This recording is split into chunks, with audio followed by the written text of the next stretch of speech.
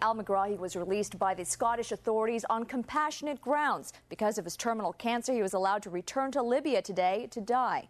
The families I spoke with say, where is the compassion for them and their loved ones? Compassionate release for this horrible, convicted mass murderer and terrorist? Susan Cohen lost her daughter Theodora. Compassion for this man. He had no compassion for Theo. He had no compassion for the children who died on that plane. I have no pity for him.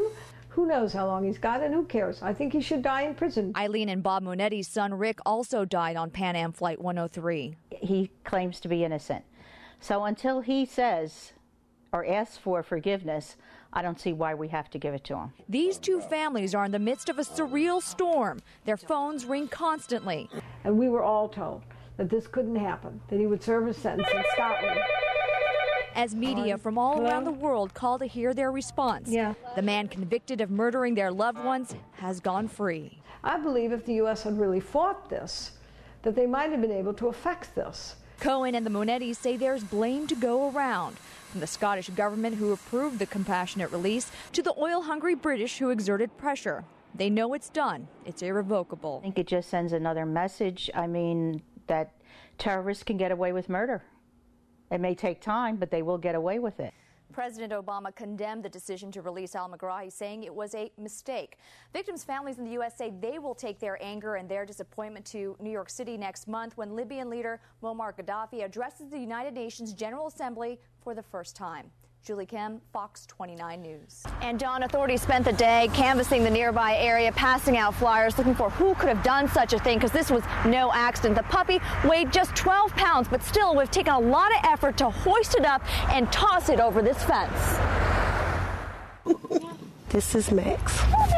And to these pet owners, they're more than just four-legged friends, but a real member of the family. They can't understand what would motivate someone to throw a 6-month-old Boston Terrier, like the one pictured here, over the overpass and onto the AC Expressway connector. The puppy hit the top of a car late Thursday night and died. Sin. Now its remains are with Nancy Bell. Pretty disgusting. Right up in the top 10. Yeah, that somebody would do this deliberately. Bell, director of the Atlantic County SPCA, says there was no microchip or collar identifying the puppy, but she says she has given it a name. Yeah. Angel.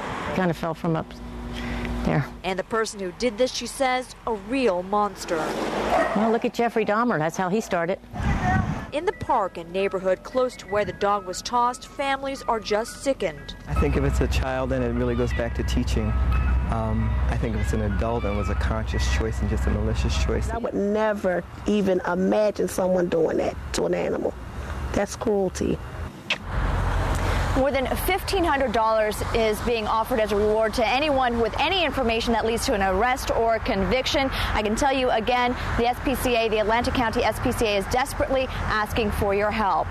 That's the latest here in Atlantic City. Julie Kim, Fox 29 News. I have a tricky story to cover here, Julie. Oh, yeah, John. And most of those bikers were uncovered as they rode through the city this evening. And while they say it's for a good cause, it seems many came out just for the fun of it. At the birthplace of freedom, they're going to be riding butt naked. Hundreds gathered for a liberating bike ride through the city. I think it's just a good way to push back some of the social fetters that we're all enshrined in. Clothing is so fettering. As bare as you dare is the motto of the World Naked Bike Ride, a wash of body paint and skimpy underwear. It's all a part of a phenomenon that sprouted in more than 70 cities. I'm from Chicago, and I came here for the Naked Bike Ride. Specifically for that, not to see the Liberty Bell? No, not to see the Liberty Bell. Biking in the buff takes brass. But why? It's mainly the environmental cause. Oh, I just love making stuff, and I love making this, and I like biking, so.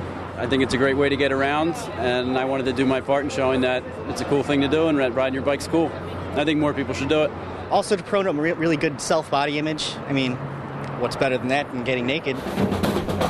They certainly call attention to something, although it's unclear if the right message is being communicated. I saw two guys only had their underwears on. What went through your head? I'm like, the heck is going on? I was like, did I see that? Hey, whatever. That's very inappropriate. Some seem skeptical about the whole idea of trumpeting a cause so loudly. I'll keep my clothing on and ride my bike. I'll recycle. I feel good about that. If anything, the bike ride emphasized what it truly means to be free. Hey, it's America. If you're, you can express yourself the any way you'd like. Roughly 2,600 people registered for the ride online. Now, while the actual turnout is lower, it was still an impressive showing. Oh, and by the way, there were no arrests. Live in the newsroom, Julie Kim, Fox 29 News. Thankfully, John, no one was injured at this fire. Now, roughly 6 hours after it began, I can tell you that it is under control. Behind me here, you can see fire trucks and fire crews starting to gather up their equipment to leave this place. Now, as for the cause, it's still unknown, but police say they did see vagrants leaving the warehouse when they arrived. The trail of smoke could be seen from miles away. I got a call from my mom. They seen it from City Hall. And then they called. She was like, "Are you okay?" Up close.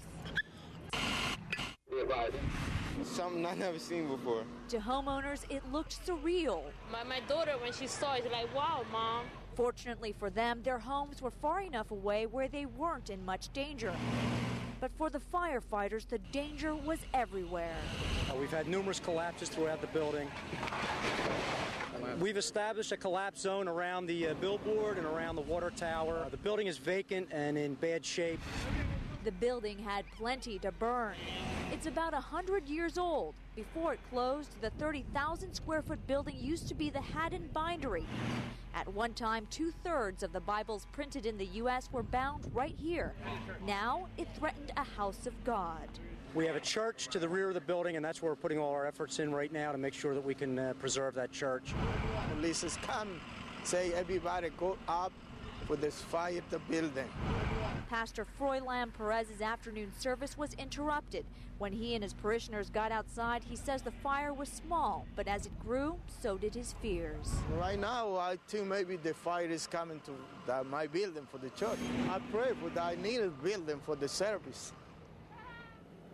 Pastor Perez's prayers were answered. His church is undamaged. Now, as for the warehouse, it is a total loss. I did speak with the realtor who handles that building, and he told me that it is thankfully insured. He says that it is expected to become an office building or a school sometime in the future. Now, fire officials here have told us that there's another fire burning somewhere in Camden. Of course, we will keep you posted and hopefully keep you updated, but it looks like a very busy night for fire officials. That's the latest here in Camden. Julie Kim, Fox 29 News.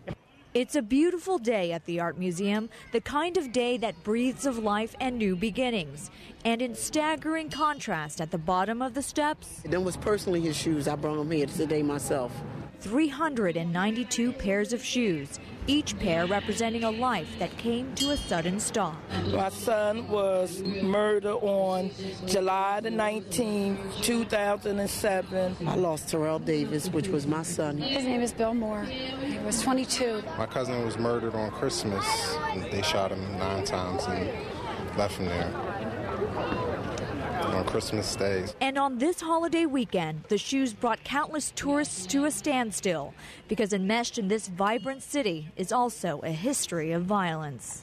This is actually visual. To actually see the number is hard to deal with, to know that my loved one was a part of this number. And numbers like that, that speaks volumes. I'm hoping that it says something to everyone, that something's got to change. The weapons, the guns on the streets got to stop. Sterling Armin, 18. Juan Carlos Rosa, 32. It took about 30 minutes to read all the names. Kyle Holmes was one of them. His legacy, 2 sons, 6 and 8 years old. I miss like when I used to see me, he used to always say hi to me, and he used to always do stuff for me.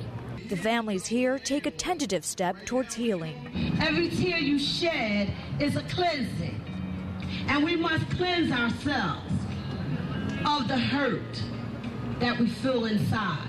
A healing that the organizer of the Footprints of Life, Shirley Boggs, knows all too well. When her son was murdered a decade ago, she found herself in these family shoes. We are with you, always, always to the end of time, we're with you.